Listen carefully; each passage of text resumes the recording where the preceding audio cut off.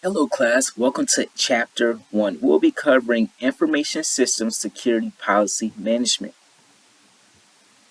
This is a brief overview of the topics that we will be covering in this chapter. Information System Security is the practice of safeguarding the confidentiality, integrity, and availability of an organization's data and the systems that process it. In today's digital age, information is often a company's most valuable asset. Protecting it from a wide range of threats is a top priority. This involves not just technical controls, but a comprehensive management approach. The Information Systems Audit and Control Association's COVID framework outlines a four-phase lifecycle. Align, plan, and organize. This defines requirements and manages risks. Build, acquire, and implement. This develops and deploys solutions. Deliver, service, and support optimizes operations and responds to incidents. And lastly, monitor, evaluate, and assess. This tracks performance and compliance. Throughout this process, it is critical to understand threats, which are potential causes of unwanted incidents, such as hackers and natural disasters, vulnerabilities, which are weaknesses that could be exploited, such as unpatched software, and risks, which is the likelihood and impact of a threat exploiting a vulnerability. This is an example of a security breach notification.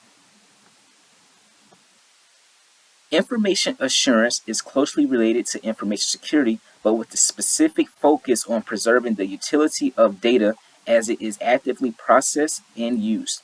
The core tenets are captured in the CIA triad. Confidentiality ensures that information is only accessible to those who are authorized parties. This is often achieved through access controls, encryption, and the need-to-know principle of granting users the minimum permissions required for their roles. Integrity safeguards information from improper altercation. Changes should only be made by authorized users, and the system should be able to detect any tampering. Techniques like hashing and digital signatures can verify data remains unmodified. Availability means keeping systems and data accessible to legitimate users whenever needed. This requires robust infrastructure, redundancy, and protections against threats like denial of service, attacks that could use resources offline. Beyond the CIA triad, information assurance also encompasses authentication, which is verifying the identity of users and devices, often through passwords, tokens, and biometrics. This ensures only legitimate parties can access the system. Non-repudiation is preventing users from denying their actions. Digital signatures and audit logs create undeniable records of who did what, which is crucial for accountability. This is an example of a multi-factor authentication screen, which requires a code from SMS in order to verify. Governance is the set of policies, processes, and structures that ensure an organization's IT aligns with and supports its overarching business objectives. It's about setting the rules and making sure everyone follows them. Effective IT governance starts with a clear understanding of the organization's goals, risk appetite, and regulatory environment.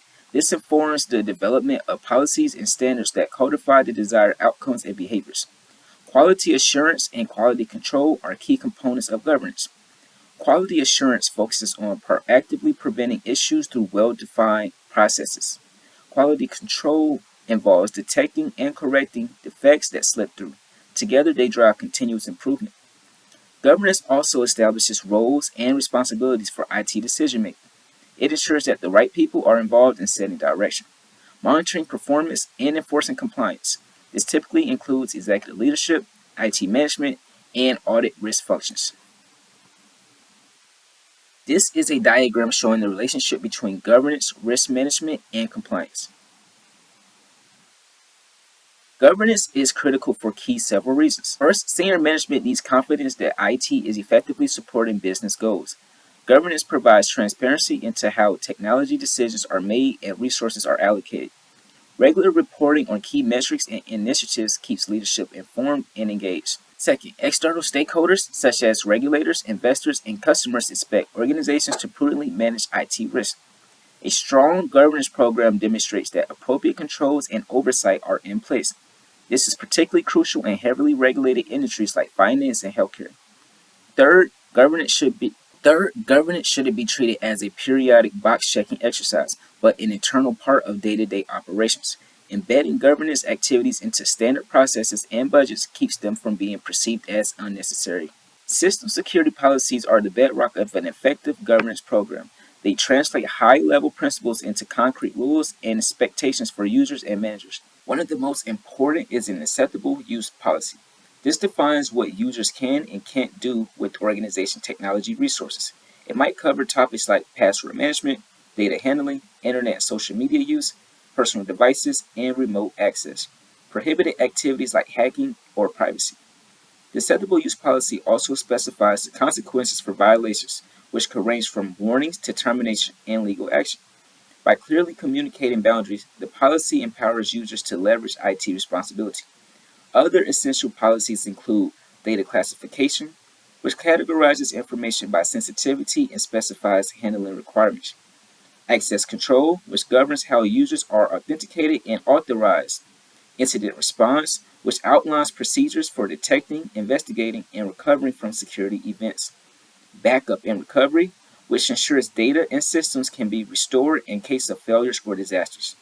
These policies are organized within a broader hierarchy that also encompasses standards, which mandate the use of specific technologies or configurations like encryption algorithms or password complexity. Procedures, which provide step-by-step instructions for executing key tasks like provisioning a new user account. Guidelines, which offer recommendations for best practices that may not be universally enforced, like choosing strong passwords. Creating effective security policies is both an art and a science. The goal is to develop practical, enforceable rules that mitigate real risks without hindering productivity. A good starting point is established industry standards and best practices. For example, the ISO 27001 provides a comprehensive framework for an information security management system. NIST Special Publication 853 catalogs security and privacy controls for federal systems. The CIST Institutes offer a library of consensus policy templates. These resources distill wisdom about what works across various domains. Organizations can adapt them to their unique context rather than reinventing the wheel. However, policies shouldn't be created in a vacuum by security or IT teams. To be truly effective, they need buy-in from the users who must abide by them and the business leaders who must champion them. This means engaging stakeholders from across the organization, such as human resources, legal, operations, and executive sponsors. Once drafted, policies must be clearly communicated and easily accessible to all users. Training and periodic reminders reinforce key messages. This is a graphic showing a policy template. Information system security policies should be deeply embedded throughout an organization's IT infrastructure. Every system, device, and user falls under the purview. Some domains that require particular policy attention include databases and application, housing sensitive customer or financial data, network segments hosting critical assets like intellectual property, user endpoints like laptops and smartphones that can easily be lost or stolen, cloud services that entrust data to third-party providers. The specific policy requirements will vary based on each domain's risk profile. For example, a customer database might warrant strict access controls. A public-facing web server might prioritize availability and integrity. Security policies must also align with other organization policies, such as HR policies around background checks and termination procedures, privacy policies governing data and collection, physical security policies controlling facility access. In a world where data breaches dominate headlines and digital transformation disrupts industries, the importance of strong security policies cannot be overstated. They are the glue that holds an organization's defenses together. At the most basic level, policies ensure that security controls are applied consistently across the enterprise. By setting a strong foundation, policies enable more advanced capabilities like security automation and orchestration. Policies are particularly crucial for mitigating insider threats.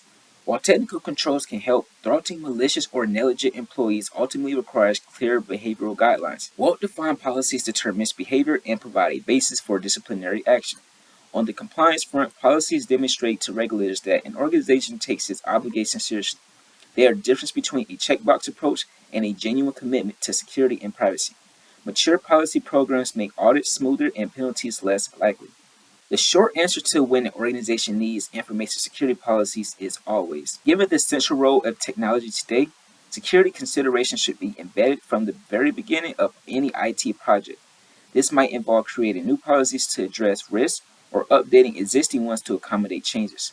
Some common triggers include deploying a new application or system, migrating infrastructure to the cloud, enabling remote work or bring your own device, and entering a new market or industry with different compliance obligations. By making policies a key component of planning process, organizations can avoid the costly mistakes that come from treating security as an afterthought. Even for established environments, policies must be regularly reviewed and revised to keep pace with the ever-shifting threat and regulatory landscape.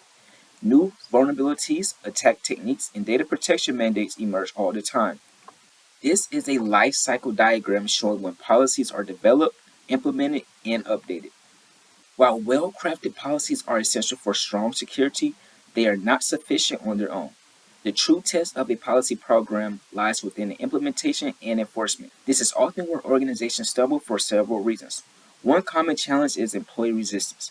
Users may see policies as intrusive or simply irrelevant to the day-to-day work. Without a clear understanding of the rationale behind rules, they are less likely to follow them consistently. Overcoming this hurdle requires effort to educate users on the importance of security and their personal responsibilities. Training, real-world example, and leadership endorsements can help make policies more relatable and compelling. Another issue is letting policies should sit on the shelf. In a fast-moving digital landscape, static policies quickly lose relevance. They need to be living documents that adapt to new threats, technologies, and businesses' needs. They need to be living documents that adapt to new threats, technologies, and business needs. This requires ongoing collaboration between security teams, IT operations, legal, and compliance, along with business leaders to identify and address emerging risks. Automated policy management tools can help streamline this process, ensuring that updates are properly disseminated and implemented. Organizations must also strike a delicate balance between security and productivity. Overly restricted policies can hinder innovation and frustrate users, leading to shadow IT and workarounds. Effective policy programs are tailored to organizations' unique risk appetite and culture. Finding the sweet spot demands a deep understanding of the business and a willingness to make trade offs. That concludes Chapter 1, and thank you for listening.